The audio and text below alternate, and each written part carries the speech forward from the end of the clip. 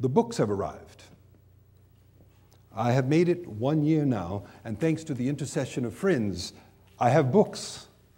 I tell you, there are bad days in prison, but there is no bad day when you have a good book. I first tried to get books from the prison library, and they were full of penny dreadfuls, books by Henry James. Nothing for a man of my status. So that what they told me is, we will let you have 15 books. 15 books. I can choose whatever I want. What books would you choose? 15 books. I tell you what I chose. I chose St. Augustine's Confessions, Dante's Inferno. This is the perfect place to read that, by the way. Though I don't suggest you go to prison for the experience. I have a book on grammar, Italian grammar, and I have another on German grammar. And then, wait, my favorite one, the one I most cherish, the Bible, the New Testament, in Greek. I love getting up every morning and reading the New Testament in Greek. I love reading Jesus' words in Greek because I think that Jesus spoke Greek, Aramaic, and Greek. And hence, when I read Jesus in Greek, I think I am reading his words.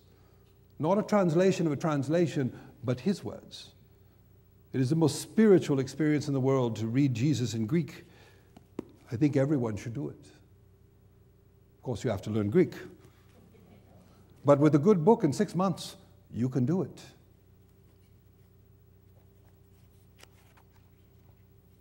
Well, I'm excited to have the books. I have been doing a little writing as well. I have written a little bit of poetry because I am terribly disturbed by the prison system. I mean, I do not think I should be here. I do not think the laws that sit me here are just, because I was sent here for personal preference. Why should I be here because I was born to like blue and everybody else was born to like green? Why should the people who are the green lovers walk free and the blue lovers go to prison? This is a matter of personal taste and preference. I don't think that the government should be involved in dictating that. I extend to any man what I want for myself and the freedom to choose what feeds my soul. But yet, I know that I am responsible for my being here. Like any good Shakespearean tragedy, no man falls without his own aid. I knew the time in which I lived. I knew the morals of Victorian England, and I transgressed. So I have put myself where I am, but I don't believe the laws are just. And particularly what disturbs me in prison is there are children here. There are children here, I hear them crying for their mummies at night. They're here for stealing bread. And there are people here who are here because they could not pay their debts. That is all. They could not pay their debts, so they're in prison. I tell you, if the Queen can't take better care of her prisoners, she doesn't deserve to have any. But I've been working on a poem that has to do, it's called The Ballad of Reading Jail. And I want to share just a little bit of it with you. I do not plan to complete it until I'm out of prison because it is not a good idea to write poetry when you're emotional. That is the recipe for bad poetry. That is why so many lovers write such nauseatingly sentimental poetry, because they are emotional when they write it. They are drunk on metaphor. But I will read just a little of this for you, share it with you. The refrain that I'm going to use that will go all through the poem is this: "And all men kill the thing they love. By all let this be heard. Some do it with a bitter look, and some with a flattering word. The coward does it with a kiss, the brave man with a sword." That will occur over and over through the poem. But I begin with this: "I know not whether laws be right or whether laws be wrong.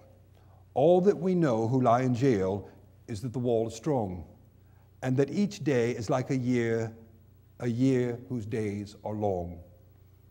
This too I know, and wise it were if each would know the same, that every prison that man builds is built with bricks of shame, and bound with bars lest Christ should see how men their brothers maim. With bars they blur the gracious moon, and they blind the goodly sun, and they do well to hide their hell, for in it things are done that son of things nor son of man should ever look upon. The vilest deeds, like poison weeds, bloom well in prison air. It is only what is good in man that wastes and withers there. Pale anguish keeps the heavy gate, and the warden is despair.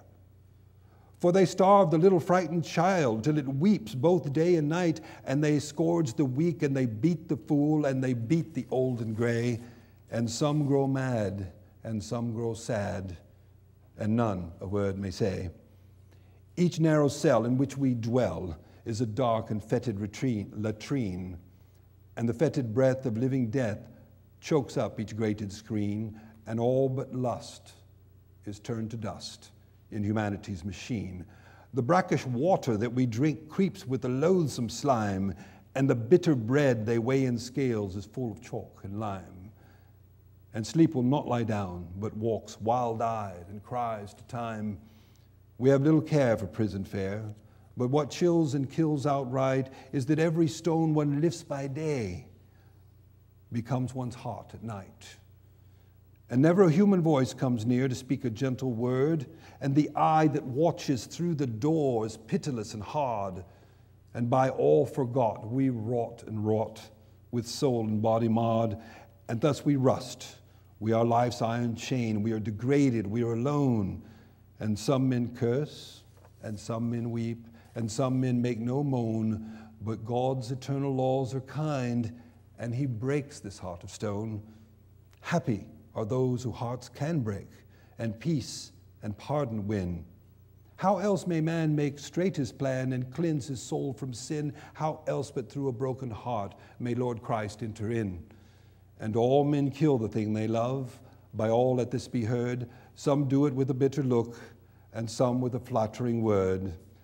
The coward does it with a kiss, and the brave man with a sword. Well, anyway, that is what I'm working on. I plan to publish it after I am out, and I am being released now.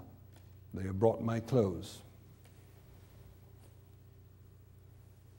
I think that I shall go to Greece. When I get out, I will be a pariah. I cannot go to Europe, but I will go to Greece because I love the way the Greeks live. The Greeks take on life full force.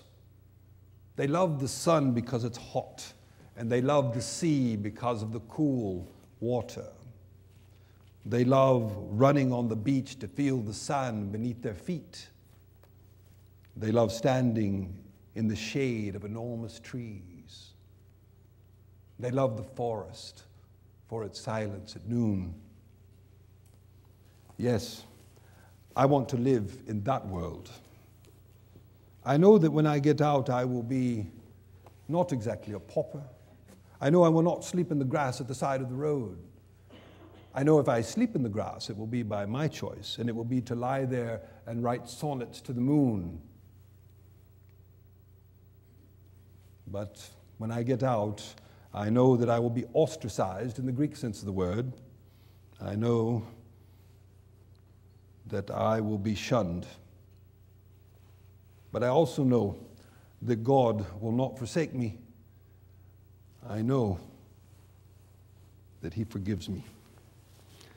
I know that he will give me valleys to take refuge in, and he will give me crevices to hide in. I know that he will hang the night sky with bright moon and bright stars to guide my path. And I know that he will cleanse me in the great waters. I know he will send the wind to cover my footprints so my pursuers cannot find me. And I know that God will, with bitter herbs, make me whole again.